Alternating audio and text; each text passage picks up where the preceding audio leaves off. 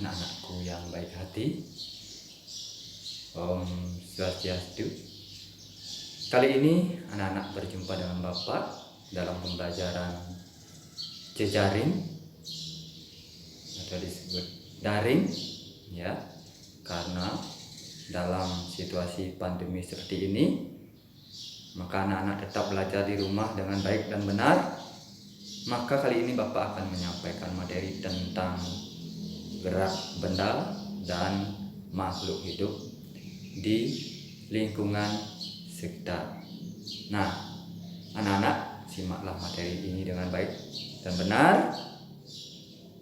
Kita akan menunjukkan gerak benda pada benda, yaitu konsep gerak GLB dan GLBB, atau gerak lurus beraturan dan gerak lurus berubah beraturan.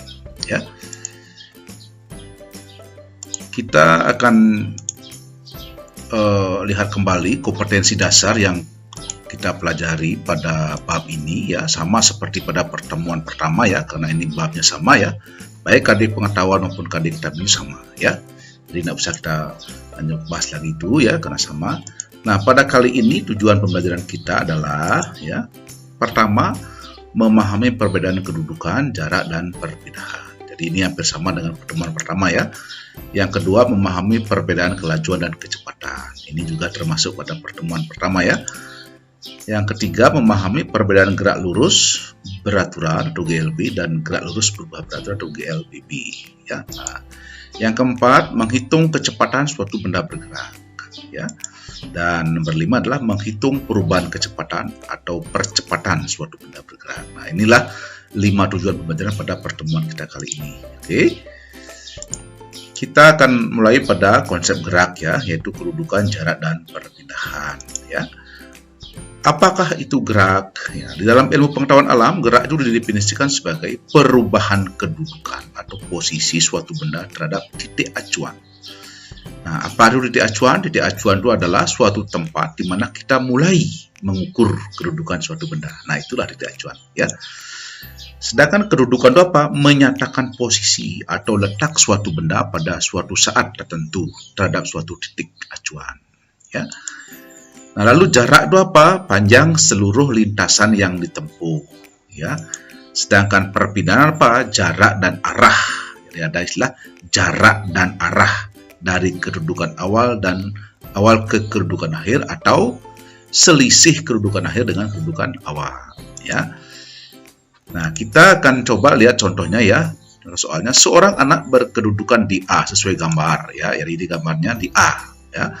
Bergerak ke utara sejauh 5 meter ke utara, jadi ini arahnya, ya, ke utara 5 meter. Kemudian ke timur sejauh 8 meter dan bergerak ke selatan sejauh 5 meter. Tentukanlah, nah, ini pertanyaannya, jarak yang ditempuh siswa, perpindahan anak tersebut. Ya, kita coba selesaikan bersama-sama, ya. Nah, berapakah jarak yang ditempuh? Jadi ingat, jarak adalah apa? Panjang seluruh lintasan. Berapa panjang lintasan yang dilalui oleh anak itu? Kita lihat, ya, dari A ke B berapa? 5 meter. Dari B ke C berapa? 8 meter. Lalu C ke D. Jadi inilah panjang lintasannya. Berarti tinggal menjumlahkan, ya, 5 meter tambah 8 meter tambah 5 meter sama dengan 18 meter, ya. Bagus, ya. Oke, berikutnya perpindahan. Nah, perpindahan itu apa? Jarak dan arah dari kedudukan awal dan kedudukan akhir. Yang mana kedudukan awalnya? A, ya. Kedudukan akhirnya adalah D. Berarti perpindahannya yang mana? Dari A ke D. Berarti berapa jarak dari A ke D? Tentu 8 meter. Kemana arahnya? Ya, ke timur. Oke, mudah sekali, ya. Oke. Kita lanjutkan dengan konsep kelajuan dan kecepatan, ya. Apa itu kelajuan? Kelajuan adalah jarak yang ditempuh dalam selang waktu yang diperlukan untuk menempuh jarak itu, atau jarak per waktu, gitu, ya. Kalau kecepatan itu apa? Hasil bagi antara perpindahan terhadap waktu. Jadi perpindahan dibagi waktu, gitu, ya. Nah, kalau kita lihat rumusnya, kelajuan adalah V sama dengan S per T, ya, di mana S adalah kelajuan, S jarak, T adalah waktu atau detik satuannya, ya, S meter, kelajuan adalah meter per second, ya. Kecepatan, ini V ada tanda garis di atasnya, itu apa? Itu menunjukkan dia memiliki arah, ya, besaran vektor berarti, ya. ini sama dengan delta S per T. Jadi perubahan ya, perubahan jarak yang ditempuh ya. Dimana sama ya, kelajuan dulu V meter per second, delta S per meter, waktu detik. Jadi satuannya sama antara kelajuan dengan kecepatan ya. Oke, kita lanjutkan. Gerak lurus beraturan sekarang ya. Apa itu gerak lurus beraturan? Gerak suatu benda pada lintasan yang lurus, di mana pada setiap selang waktu yang sama benda tersebut menempuh jarak yang sama. Nah, ya. Gerak suatu benda pada lintasan lurus dengan kecepatan tetap, boleh juga ya. Jadi meskipun kelajuan dan kecepatan memiliki definisi konsep yang berbeda, namun dalam GLB ini ya, besar kecepatan dan kelajuan itu memiliki apa? Nilainya sama, simbolnya sama, satuannya sama. Sehingga kadang-kadang dalam pembahasan itu dianggap sama ya. Nah, rumusnya sama, yaitu V sama dengan S per T. Kalau digambarkan dalam bentuk grafik seperti ini, GLB itu. Jadi pada waktu dengan penambahan waktu kecepatannya konstan ya. Ya, konstan, tidak berubah. Ya, jadi lurus grafiknya ya. Oke, berikutnya contoh soalnya. Seseorang yang sedang mengendarai sepeda mampu menempuh jarak 5 meter dalam waktu 2,5 sekon. Kecepatan anak itu bersepeda adalah, nah ini gampang sekali ya. Penyelesaian diketahui apa? S itu jaraknya berapa? 5 meter. T waktunya 2,5 sekon ya.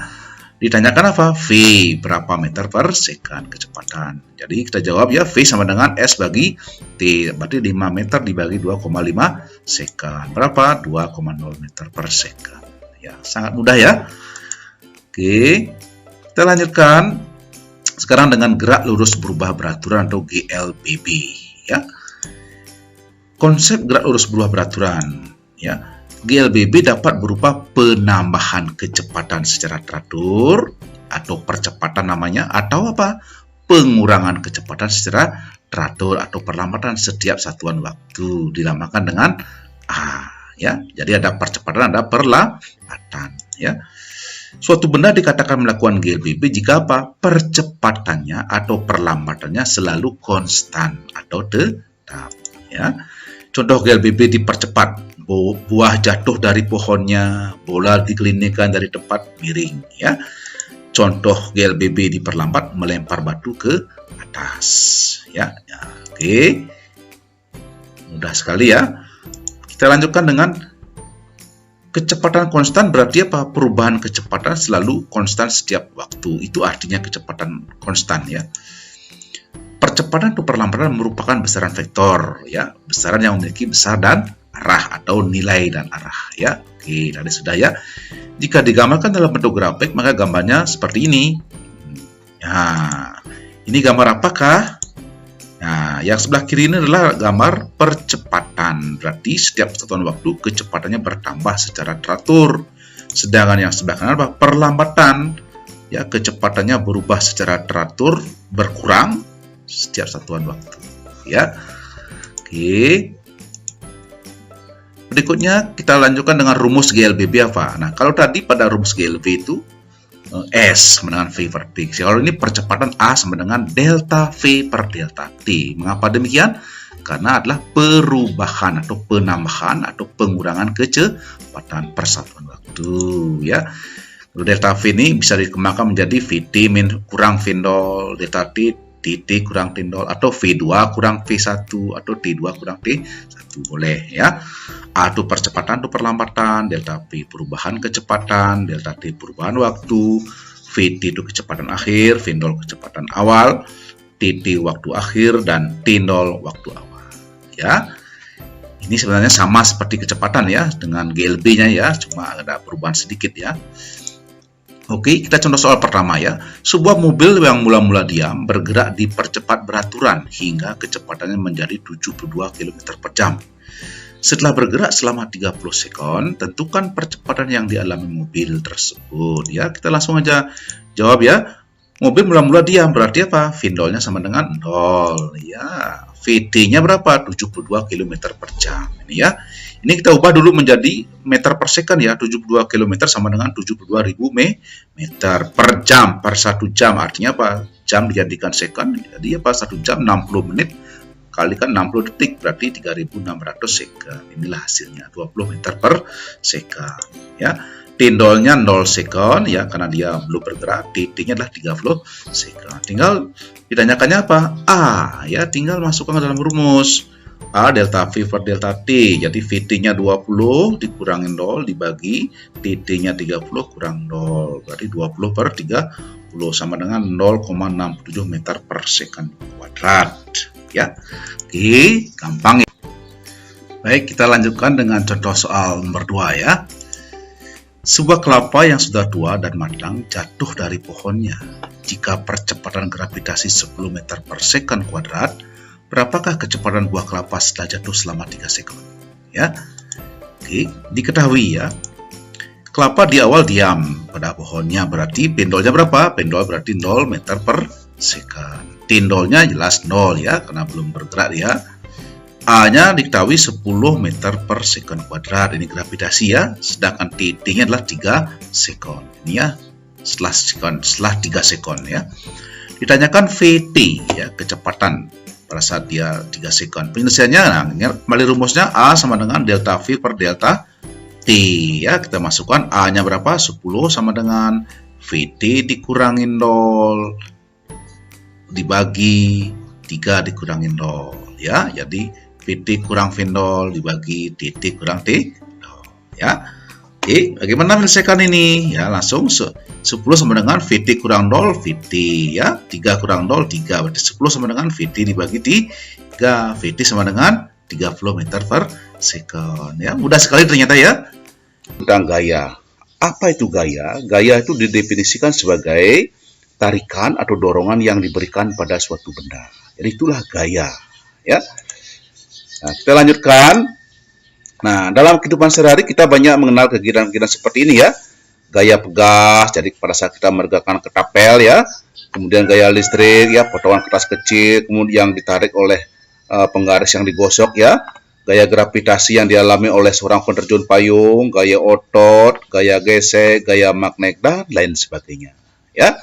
Nah, dari beberapa jenis gaya yang kita ketahui dalam kehidupan sehari-hari, gaya-gaya itu kalau dikelompokkan secara garis besar ada digolongkan menjadi dua ya, yaitu gaya sentuh dan gaya tak sentuh ya. Gaya sentuh tadi contohnya apa? Gaya otot, gaya gesek ya. Sedangkan gaya tak sentuh contohnya apa? Ujung magnet didekatkan dengan paku besi, gaya gravitasi pada orang yang sedang terjun payung ya. Nah, kemudian di dalam konsep gaya ada istilah resultan gaya. Apa itu resultan gaya? Mari kita cermati ya. Ini sebenarnya sudah kita pelajari di kelas 7 ya, namun kita sekarang akan pergunakan konsep itu ya. Nah, dalam konsep gaya sekarang, kita akan menggunakan istilah ini, resultan gaya atau R yang bekerja pada benda dengan arah searah adalah jumlah gaya-gaya yang bekerja. Jadi R sama dengan F1 tambah F2, F3, dan seterusnya. Berapa gaya yang bekerja di sana ya. Resultan gaya yang bekerja pada benda dengan arah berlawanan adalah selisih gaya-gaya yang bekerja. Jadi R sama dengan F1 kurang F2 dan seterusnya. Nah, bagaimana maksudnya ini? Kita berikan contohnya sekarang ya. Nah, lihat contoh soal. Jadi sini ada 4 kasus ya. Jadi ada benda bermassa M semua di sini ya. Nah, ada 2 gaya yang bekerja pada benda masing-masing. Yang benda pertama ini bekerja gaya 100 Newton ke kanan mendorong dan gaya 70 Newton menarik ke kanan. Nah, ini karena searah, maka bagaimana? Maka resultan gayanya apa? Jumlah gaya ini tinggal dijumlahkan. 175 Newton. Nah, berikutnya yang ini. Ini ke kiri bekerja 100 Newton, ke kanan 75 Newton. Berarti apa? Berlawanan arah, maka apa? Resultan gaya selisihnya 100 kurang 75. Jadi 25 Newton ya. Nah, sedangkan yang ini, ingat ini bekerja searah, berarti jumlahnya dijumlahkan saja ya.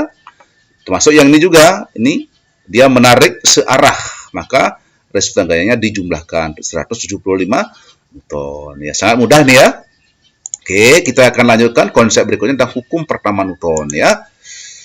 Hukum pertama Newton menyatakan bahwa benda yang tidak mengalami resultan gaya atau sigma F atau R sama dengan 0 akan tetap diam atau bergerak lurus beraturan. Nah, jadi suatu benda dikatakan diam bila apa? Dia resultan gayanya 0 ya, atau delta F sama dengan sigma F-nya sama dengan 0, atau apa? Bergerak lurus beraturan.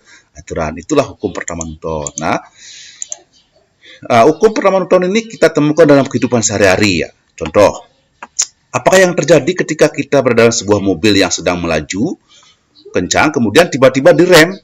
Tentu ya, pernah kita mengalami. Nah, kita akan apa?